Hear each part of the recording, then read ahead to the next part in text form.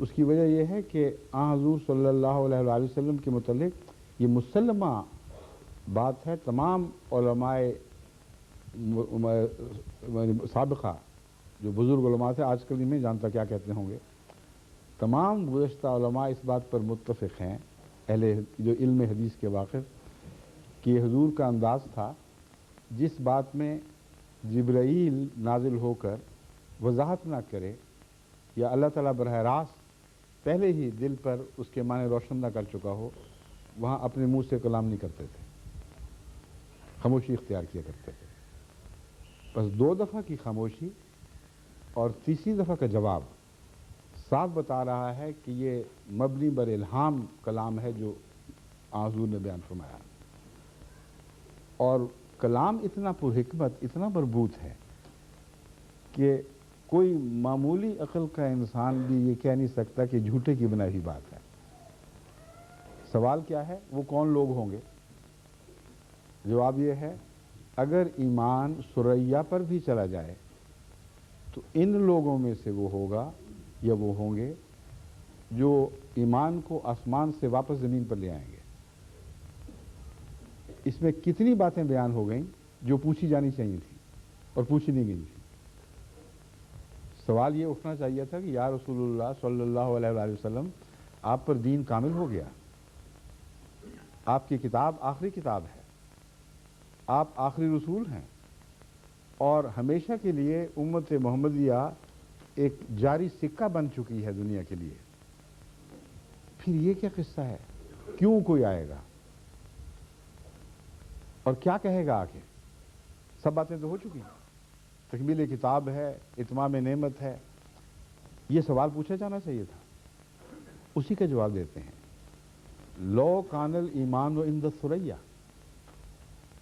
کہ باوجود تکمیل شریعت کے، باوجود میرے دائمی رسول ہونے کے، پھر بھی ممکن ہے کہ دلوں سے ایمان اٹھ جائے۔ اور رسول اللہ علیہ وسلم کے زمانے میں بھی ایمان اٹھتے تھے بعض بدبخت دلوں سے۔ تو شریعت کا کمال اور رسول کا ہر پہلو سے کامل ہونا ہرگز اس بات کی ضمانت نہیں ہے کہ قوم نیک اور پاکیزہ رہے گی۔ جس اختلاف کی آپ نے بات فرمائی تھی ابھی، وہ دیکھیں کتنی جلدی شروع ہوا ہے۔ تو ایمان ہے دل کا جو اصل فیصلہ کن چیز ہے، جس کی خاطر شریعتیں نازل ہوتی ہیں۔ اگر وہ اٹھ جائے تو پھر آسمان سے آنے والا ہی اس کی اصلاح کیا کرتا ہے، زمینی کا کام نہیں ہے۔ اور فرمایا وہ ثریا ستاروں پر بھی چلا جائے، ان میں سے کوئی ہوگا جو واپس لے آئے گا اور دوبارہ دلوں میں قائم کرے گا۔ یہ کیوں نہ فرمایا کہ علماء مل کر اکٹھے ہوں گے، ایک خلافت موومنٹ چلے گی، یہ اور اس قسم کے منہاج القرآن قسم کے دعوے دار اٹھیں گے، مودودی آئیں گے، فکر نہ کرنا بالکل، وہ سارے مل ملا کر سارے مسئلے ٹھیک کر لیں گے۔ یہاں صرف یہی نہیں بلکہ کسی ایک حدیث میں میں دہرا رہا ہوں آپ کے سامنے، حضرت صلی اللہ علیہ وآلہ وسلم نے انحطاط کے زمانے میں علماء کے ذریعے اصلاح کا کوئی ذکر نہیں فرمایا، ایک دفعہ بھی، اور فرماتے بھی نہیں تھے، کیونکہ آپ سے زیادہ انسانی روحانی بیماریوں پر کسی کی نظر نہیں تھی۔ آپ سے بڑھ کر کوئی نہیں جانتا تھا کہ مذہبی انحطاط اوپر سے شروع ہوا کرتا ہے۔ عوام کا انعام تو بھیڑوں کی طرف پیچھے چلنے والے لوگ ہوتے ہیں۔ جب لیڈرشپ بددیانت ہو جائے، جب وہ خود غرض ہو جائے، تو جہاں چاہے ان کو لے جاتی ہے، خدا کے نام پر، رہنمائی کے نام پر، اور گڑھوں میں اتار دیا کرتی ہے۔ اس لیے حضور اکرم صلی اللہ علیہ وآلہ وسلم کا کسی ایسے موقع پر ایک مرتبہ بھی کسی عالم کا ذکر نہ کرنا اور مسیح کا کرنا، مہدی کی بات کرنا اور دنیا کے اماموں کی بات نہ کرنا، مہدی کو ہی امام کہنا، صاف ثابت کرتا ہے کہ حضور اکرم صلی اللہ علیہ وآلہ وسلم پر مذہبی قوموں کے عروج اور زوال کے سارے حال روشن ہیں۔ آپ جانتے تھے کہ مذہبی رہنما ہی ذمہ دار ہوا کرتے ہیں، جب وہ بگڑ جائیں تو پھر ان کی ریپلیسمنٹ کے سوا کوئی چارہ نہیں ہے۔ پھر خدا اپنے براہ راست انضمام اپنے ہاتھ میں لیتا ہے، اور اس اصول کے خلاف ساری مذہبی تاریخ میں ایک بھی گواہی نہیں۔ علماء کی بات کیوں نہیں کی؟ اس لیے کہ خود دوسری جگہ فرما چکے ہیں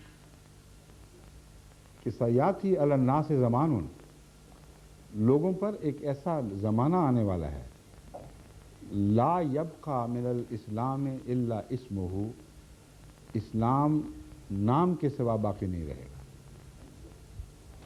ولا یبقى من القرآن الا رسمہ، قرآن تحریروں کے سوا کچھ نہیں رہے گا، کہیں سونے میں لکھی جا رہی ہیں، کہیں فلاں وہ جو چوٹی کا کاتب ہے نئے نئے انداز سے لکھ رہا ہے، کبھی کوفی انداز سے، کبھی کسی اور سے، تحریروں میں بہت قرآن دکھائی دے گا، مگر تحریروں میں مساجد کی بات ہے وہ آباد ہونے کے باوجود ویران ہوں گی۔ اب یہ کلام نبی کے کلام کے سوا ممکن نہیں۔ مساجدہم عامرۃ وہی خراب من الہدی، ان لوگوں کی مسجدیں آباد ہوں گی مگر ہدایت سے خالی۔ اور دیکھیں یہاں اپنی طرف منسوب ہی نہیں کر رہے ان لوگوں کو، ہم کی بات ہو رہی ہے۔ یہ کہنے کے بعد اگر کسی ذہن میں یہ وہم اٹھے کہ کوئی حرج نہیں، ہمارے علماء کو اللہ سلامت رکھے، وہ ہمیں بچا لیں گے، اگلی پیشگوئی سنیں، علماؤہم شر من تحت عدیم السماء، ان لوگوں کے علماء جن کی یہ حالت ہے آسمان کے نیچے بدترین مخلوق ہوں گے۔ بدترین مخلوق اس لیے کہ وہ امت محمدیہ کے نام پر سند حاصل کرتے ہوئے امت محمدیہ کو بہکانے کے کام کریں گے، اور ان کی یہ خصلت بیان فرمائی، من عندہم تخرج الفتنۃ وفیہم تعود، خود انہی میں سے فتنے پھوٹا کریں گے اور پھوٹ کر واپس آ جایا کریں گے۔ وہ جن باتوں کو حرام اور شریعت کے خلاف قرار دیں گے، کچھ دیر فتوے دے کر واپس ہضم کر لیا کریں گے۔ اب اس کی مثالیں آپ کے سامنے پاکستان میں دیکھ لیں، بے نظیر پر یہ فتوے دینے والے کتنے تھے کہ عورت کی سربراہی اسلام شریعت کے خلاف ہے۔ مولانا مفتی محمود کے صاحبزادے فضل الرحمان صاحب، وہ بھی مفتی ہیں، بڑی بلند آواز سے کہتے رہے اس پہ تو صلح ہو ہی نہیں سکتی، کیسے ممکن ہے کہ ہم شریعت کے معاملے میں اس عورت کی بات مان لیں اور خدا کی بات کو رد کر دیں۔ جب سمجھوتا ہو گیا تو انہی کی حکومت میں، ان کی غلامی میں، فارن افیئرز کے پارلیمنٹ کے نمائندہ بن کر دنیا میں سفر کیے اور کافی ہوٹلوں پہ خرچ کیا۔ اب بتائیں یہ فیہم تعود والی بات ہے کہ نہیں؟ وہیں سے فتنہ نکلا تھا، وہیں واپس پہنچ گیا، اور یہ روزمرہ کا دستور ہے۔ حکومت کو ڈرانے کے لیے فتوے دیتے ہیں، جہاں اندر کھاتے سمجھوتا ہو جائے وہاں کہتے ہیں ٹھیک ہو گیا، بس کوئی بات نہیں، اب سب چلے گا۔ یہ حال ہو جس قوم کا اور ہمیں دکھائی دے رہا ہو، یہ پیشگوئی یاد رکھیں 1400 سال سے پہلے کی گئی تھی۔ یوں لگ رہا ہے جس حضور اکرم صلی اللہ علیہ وسلم دیکھ رہے ہیں ہم سب کو، اور ایک ایک نقش پر نظر ہے، اور آنکھوں دیکھا حال بیان فرما رہے ہیں۔ وہ پیشگوئی اتنی صاف بھی کبھی آپ نے سنی ہے؟ انبیاء کی پیشگوئیاں ہوتی ہیں اس وضاحت کے ساتھ، اس شان کے ساتھ۔ اس کا اسی حدیث سے تعلق ہے جو بخاری کی میں نے بیان کی، اسی آیت قرآنی سے تعلق ہے جس کا میں نے ذکر کیا۔ اس کی تفسیر میں حضور نے فرمایا کہ اگر ایمان ثریا پر بھی چلا گیا تو یہ خدا سے آنے والا ہے جس کو میرا نام دیا گیا ہے، میں نہیں ہوں گا۔ آئے گا وہ، لیکن نام تبھی کوئی پا سکتا ہے اگر کامل غلام ہو یا برابر ہو۔ برابری کا سوال ہی کوئی نہیں، کیونکہ حضور اکرم صلی اللہ علیہ وسلم خاتم ہونے کے لحاظ سے تمام دنیا میں اگلوں پہ سب سے افضل ہے۔ شریعت کامل ہو گئی، نئی شریعت لا نہیں سکتا تو برابری کہاں سے کرے گا کوئی؟ جو قرآن کا بھی تابع ہو، محمد رسول اللہ علیہ وسلم کے ہر لفظ کا غلام ہو، وہ کیسے محمد کا نام پا سکتا ہے؟ صرف ایک طریقے سے کہ اپنے نفس کو کلیتاً مٹا دے، اور جو کچھ قرآن اور محمد رسول اللہ کی حکومت ہے اس کو اپنے اوپر نافذ کر لے۔ اگر یہ صورتحال درجہ کمال کو پہنچ جائے اور اطاعت ایسی ہو کہ اس میں کوئی غیر کا شبہ نہ رہے، اس صورت میں نام ملا کرتا ہے اور قرآن بھی دیتا ہے۔ بالا ہستی کا نام برابری کی خاطر نہیں، کامل غلامی اور عجز کے، اس کے عجز کے انعام کے طور پر۔ رسول اللہ کو قرآن کریم میں فرمایا گیا ہے کہ جب آپ نے مٹھی چلائی، ما رمیت اذ رمیت ولکن اللہ رما، آپ نے مٹھی نہیں چلائی کنکریوں کی، محمد اللہ کہا، اللہ نے چلائی۔ دوسری جگہ بیعت کا ذکر کرتے ہوئے فرماتے ہیں اللہ تعالیٰ فرماتا ہے انما یبایعون اللہ، جو محمد رسول اللہ کی بیعت کر رہے ہیں وہ اللہ کی بیعت کر رہے ہیں۔ اور اس کو مزید کھولا، ید اللہ فوق ایدیہم، ان کے ہاتھوں پر اللہ کا ہاتھ ہے۔ تو کیا نعوذ باللہ من ذالک یہاں شرک اور برابری کی باتیں ہو رہی ہیں؟ سوال ہی نہیں پیدا ہوتا۔ غلامی کی انتہا بھی نام دے دیا کرتی ہے، اور خود سری کی انتہا سے بھی لوگ نام اپنا لیا کرتے ہیں۔ تو آنے والے کے متعلق جو قرآن کریم نے محمد رسول اللہ کی بعثت قرار دیا، یہ اس کے کالعدم ہونے کی وجہ سے اپنی طرف سے کچھ نہیں کہے گا، شریعت ہی کی غلامی کرے گا، محمد رسول اللہ کے فرمان ہی کو کھول کر لوگوں کے سامنے رکھے گا، اسی سنت کو جاری کرے گا۔